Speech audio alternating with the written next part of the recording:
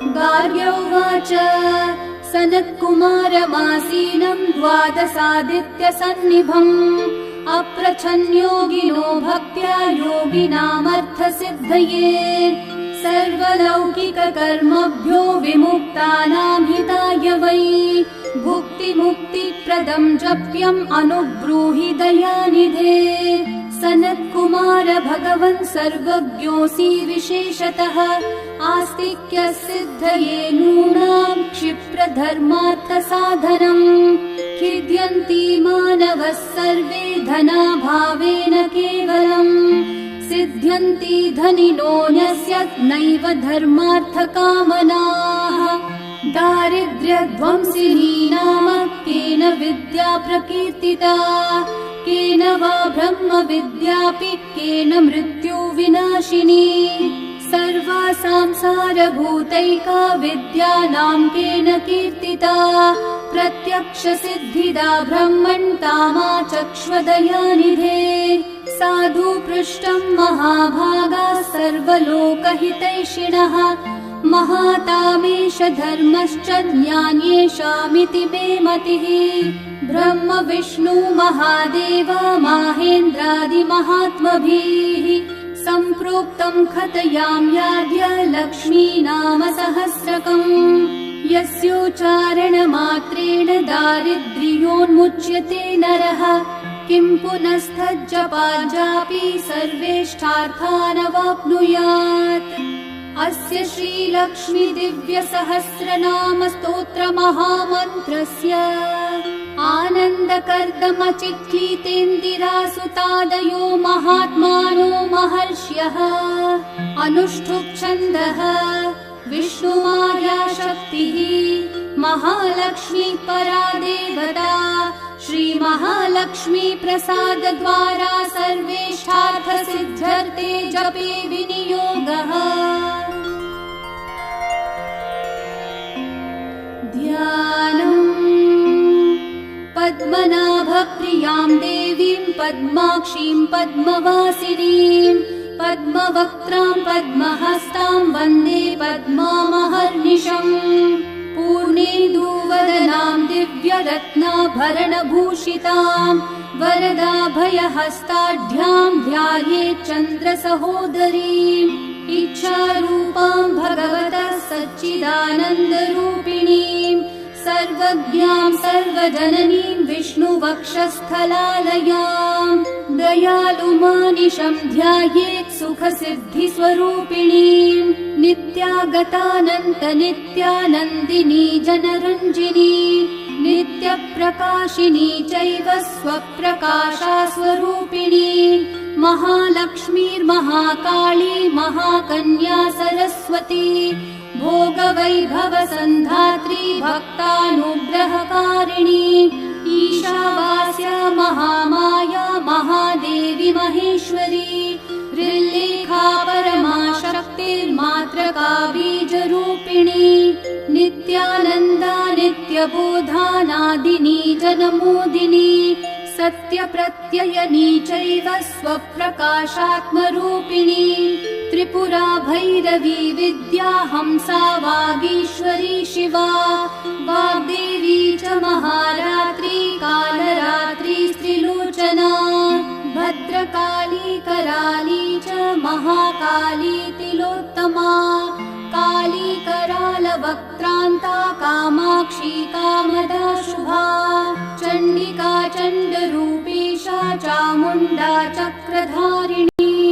त्रैलोक्यजयनी देवी त्रैलोक्यविजयोत्तमा सिद्धलक्ष्मी क्रियालक्ष्मीर्मोक्षलक्ष्मी प्रसादिनी उमा भगवती दुर्गा चान्द्री दाक्षायणी शिवा प्रत्यङ्गिराधरा वेला लोकमाता हरिप्रिया पार्वती परमादेवी ब्रह्मविद्या प्रदायिनी अरूपा बहुरूपा च विरूपा विश्वरूपिणी पञ्चभूतात्मिका वाणी पञ्चभूतात्मिका परा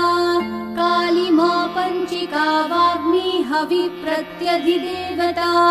देवमाता सुरेशाना देवगर्भाम्बिका धृतिः संख्या जाति क्रिया शक्ति प्रकृत्य मोहिनी मही यज्ञ विद्या महाविद्या गुह्य विद्या विभावरी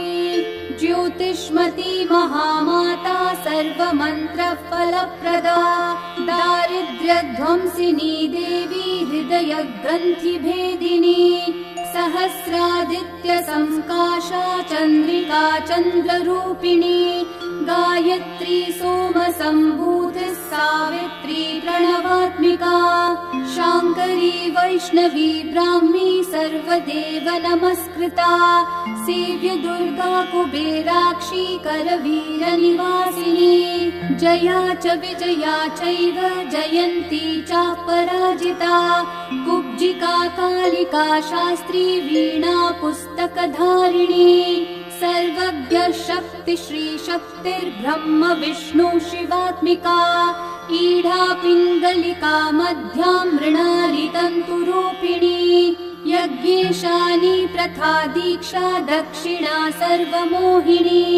अष्टांग योगिनी देवी निर्बीज ध्यान गोचरा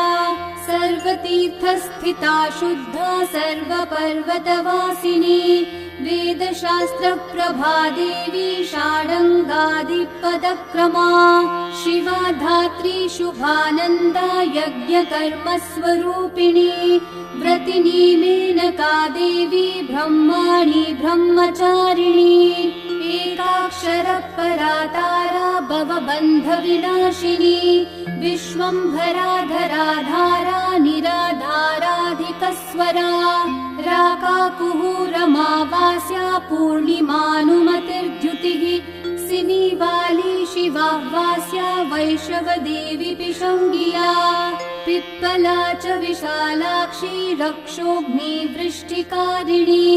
दुष्टविद्राविणी देवी सर्वोपद्रवनाशिनी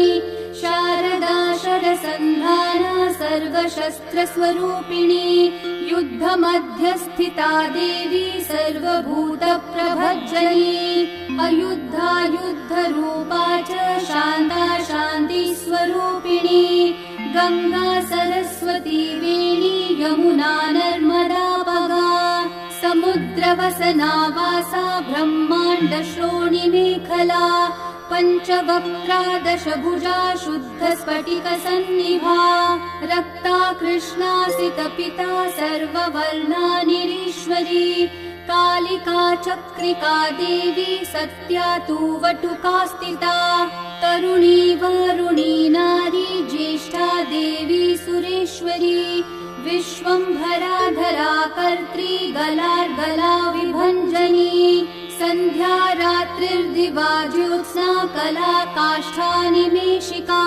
पूर्वी कात्यायनी शुभ्रा संसारार्णवतारिणी कपिला कीलिका शोका मल्लिका नवमल्लिका देविका नन्दिका शान्ता भञ्जिका भयभञ्जिका कौशिकी वैदिकी देवी शौरी रूपाधिकातिभा दिग्वस्त्रा नववस्त्रा च कन्यका कमलोद्भवा श्री सौम्य लक्षणातीत दुर्गा सूत्र प्रबोधिका श्रद्धा मेधा विधि प्रज्ञा धारणा कान्तिरेव च श्रुतिस्मृतिर्धन्या भूतिरिष्टिर्मनीषिणी विरक्तिर्व्यापिनी माया सर्वमाया प्रभञ्जनी महेन्द्री मन्त्रिणी सिंही चेन्द्रजालस्वरूपिणी अवस्थात्रय निर्मुक्ता गुणत्रय विवर्जिता ईषणात्रय निर्मुक्ता सर्वरोग विवर्जिता योगी ध्यानान्तगम्या च योग ध्यान परायणा त्रयी शिखा विशेषज्ञा वेदान्त ज्ञान रूपिणी भारती कमला भाषा पद्मा पद्मवती कृतिः गौतमी गोमती गौरी ईशानाहं सवाहिनी नारायणी प्रभाधारा जाह्नवी शङ्करात्मजा चित्रघण्टा सुनन्दाक्षी मानवी मनुसंभवा स्तम्भिनी क्षोभिनी मारी ब्राह्मिणी शत्रुमारिणी मोहिनी द्वेषिणी वीरा अघोरा रुद्ररूपिणी रुद्रैकादशिनी पुण्या कल्याणी लाभकारिणी देवदुर्गा महादुर्गा स्वप्नदुर्गाष्टभैरवी सूर्यचन्द्राग्निरूपा च ग्रहनक्षत्ररूपिणी बिन्दुनादकलातीता बिन्दुनादकलात्मिका दशवायुजयाकारा कला षोडशसंयुता काश्यपी कमला देवी नादचक्रनिवासिनी मृडाधारा स्थिरा गुह्या देविका चक्ररूपिणी अविद्या शार्वरी भुञ्जा जम्भासुरनिबर्हिणी श्रीकाया श्रीकला शुभ्रा कर्म निर्मूलकारिणी आदिलक्ष्मी गुणाधारा पञ्चब्रह्मात्मिका परा श्रुतिर्ब्रह्ममुखा वासा सर्वसम्पत्तिरूपिणी मृतसञ्जीवनी मैत्री कामिनी कामवर्जिता निर्वाणमार्गदा देवी हंसिनी काशिका क्षमा सपर्या गुणिनी भिन्ना निर्गुणा खण्डिता शुभा स्वामिनी वेदिनी शक्या शाम्बरी चक्रधारिणी दण्डिनी मुण्डिनी व्याघ्री शिखिनी सोमसंहतिः चिन्तामनिश्चितानन्दा पञ्चबाणाग्रबोधिनी बाणश्रेणी सहस्राक्षी सहस्रभुजपादुका सन्ध्यावलिस्त्रिसन्ध्याख्या ब्रह्माण्डमणिभूषणा वासवी वारुणी सेना कुलिका मन्त्ररञ्जनी जितप्राणस्वरूपा च कान्ता काम्यवरप्रदा मन्त्रब्राह्मण विद्यार्थी नादरूपाः विश्मती आथर्वणि श्रुतिशून्या कल्पनावर्जिता सती सत्ता जातिः प्रमामेया प्रमितिप्राणदा गतिः अवर्णा पञ्चवर्णा च सर्वदा भुवनेश्वरी त्रैलोक्यमोहिनी विद्या सर्वभर्तृक्षराशरा हिरण्यवर्णा हरिणी सर्वोपद्रवनाशिनी कैवल्यपदवीरेखा सूर्यमण्डलसंस्थिता सोममण्डलमध्यस्था वह्निमण्डलसंस्थिता वायुमण्डलमध्यस्था व्योममण्डलसंस्थिता चक्रिका चक्रमध्यस्था चक्रमार्गप्रवर्तिनी कोकिलाकुलचक्रेशा पक्षती पङ्क्तिपावनी सर्वसिद्धान्तमार्गस्था षड्वर्णावरवर्जिता शररुद्रहरा हन्त्री सर्वसंहारकारिणी पुरुषा पौरुषी तुष्टिः सर्वतन्त्रप्रसूतिका अर्धनारीश्वरी देवी सर्वविद्याप्रदायिनी भार्गवी भूजुषी विद्या सर्वोपनिषदा स्थिता व्योमकेशाखिलप्राणा पञ्चकोशविलक्षणा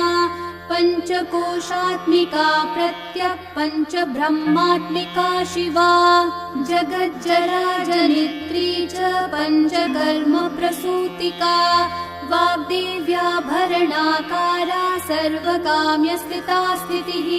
अष्टादश चतुष्षष्टि पीठिका विद्यया युता कालिका कर्षणश्यामा यक्षिणी किन्नरीश्वरी केतकी मल्लिका शोका वाराही धरणी ध्रुवा नारसिंही महोघ्रास्या भक्तानामार्तिनाशिनी अन्तर्बला स्थिरा लक्ष्मीर्जरामरणनाशिनी श्रीरञ्जिता महाकाया सोमसूर्याग्निलोचना अदितिर्देवमाता च अष्टपुत्राष्टयोगिनी अष्टप्रकृति अष्टाष्ट विभ्राजद्विकृतिकृतः दुर्भिक्षध्वंसिनी देवी सीता सत्या च रुक्मिणी ख्यातिजा